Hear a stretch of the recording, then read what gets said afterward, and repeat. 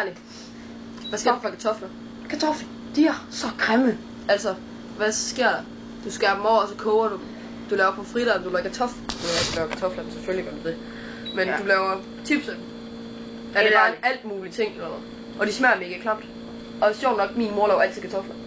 Det gør de sgu altid. Ja, de tror, kartofler det er sundt. Og jeg gider ikke have det. Og for være helt ærlig, så er vi ikke sunde. Kartofler er ikke en skid sundt. Det her det var med man laver chips og pomfritter ud af. Hvad skal man gøre med en kartoffel? Bløde kartoffel. Altså, helt ærligt. Fuck. Kartofler. Mega. Giv os spaghetti. Spaghetti. Det smager frøden. Ja. Men jeg skal finde næste. det står lige der. Sådan. Men kartofler de sucks. Og det er klamt, når de begynder at få sådan nogle rødder.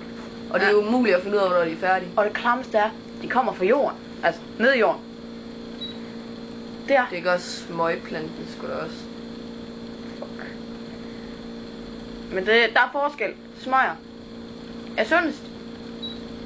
Det er de jo sådan set ikke. Men fra vores synspunkt, der er de. Ja. Kloge hoveder vil sige kartofler er sundest, men spasserhoveder, a.k.a. Os? Vi siger, længe leve smør, de er sunde. Længe leve. Du dør tidligt, det vil sige, du slipper for kartofler. Bananer, ost og gamle mennesker, der cykler fucking langsomt. Som det så vores næste bil. Ja. Men det må I bare lade leve. Fuck ja, vi havde her. Dø, brænd op i helvede. Hold kæft, du har et monstrum og en røv.